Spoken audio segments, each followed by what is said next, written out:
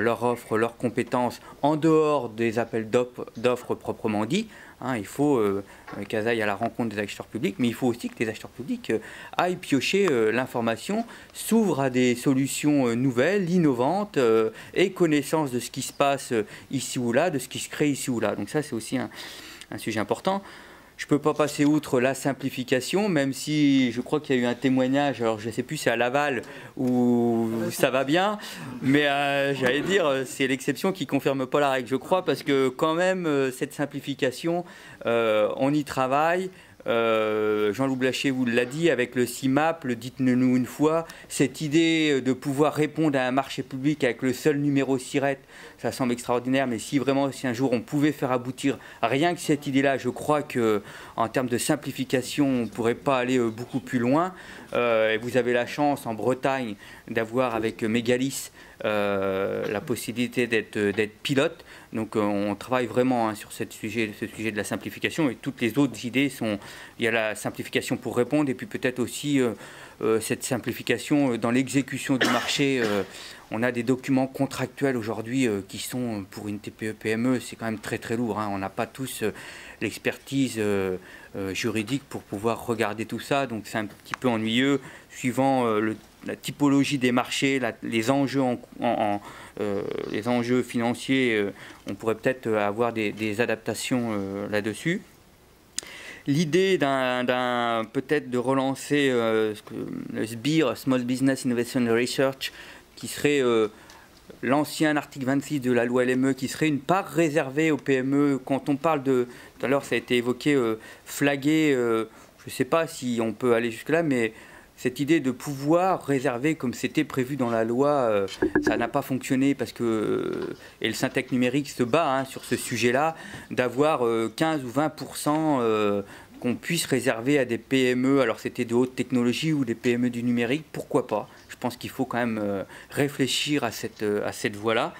On n'a pas beaucoup évoqué aujourd'hui cette question du financement, mais ça peut être un sujet aussi, savoir si tous les outils de financement pour les entreprises qui souhaitent se lancer dans la commande publique. Quand je dis financement, c'est très très large. C'est le financement en termes ressources financières, mais aussi peut-être à travers les avances, le montant des avances, l'action sur les délais de paiement. Hein, le médiateur travaille beaucoup là-dessus.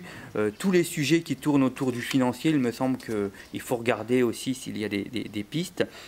Les pratiques achats.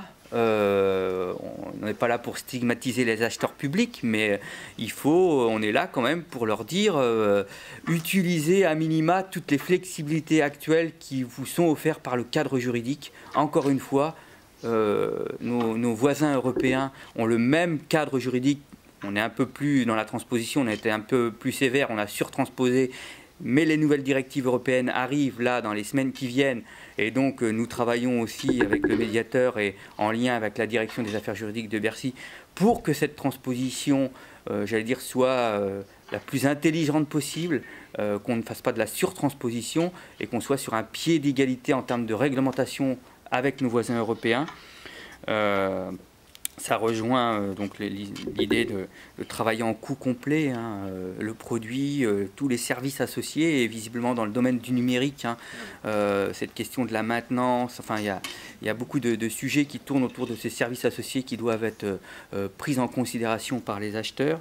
La question du risque industriel à prendre avec le lien notamment avec les pôles de compétitivité. Alors oui, je sais que les DSI sont très compétents, mais quand on peut quand même, tout autant qu'on est, s'adjoindre les meilleures compétences possibles, bah, je crois qu'il ne faut pas hésiter à le faire. L'ingénierie administrative des marchés, et puis développer, j'avais évoqué ça en introduction, cette idée de marché d'essai, marché pilote. On a le partenariat d'innovation qui arrive aujourd'hui et qui va être transposé par avance, hein, dans le droit français. Partenariat d'innovation, c'est très simple, c'est un appel d'offres à phase. Et donc ça permet de découper ça, de séquencer cet appel d'offres et de s'arrêter au moment où on le souhaite. Donc ça, c'est, je pense, un outil notamment pour des projets très innovants qui pourraient être demain très intéressants, comme a été évoqué, j'ai entendu ça, les APAC, les achats publics avant commercialisation, qui aussi peuvent être des outils à voir comment on peut porter et pousser ce type d'outils et surtout à les faire prendre en compte par les acheteurs publics. Voilà, j'ai essayé globalement de résumer en quelques minutes, mais voilà un peu toutes les thématiques que l'on va vous proposer. Je vous résumerai un petit peu tout ça en vous mettant, en étant un petit peu plus explicite que là, mais le train va partir, donc je me dépêche. Et puis, je vous fais parvenir ça très prochainement et je vous invite évidemment à réagir le plus librement possible sur ces propos. Hein. Voilà, merci. Merci beaucoup.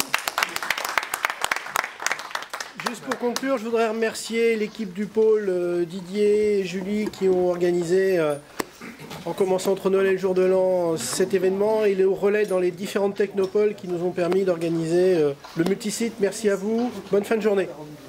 Merci, au revoir.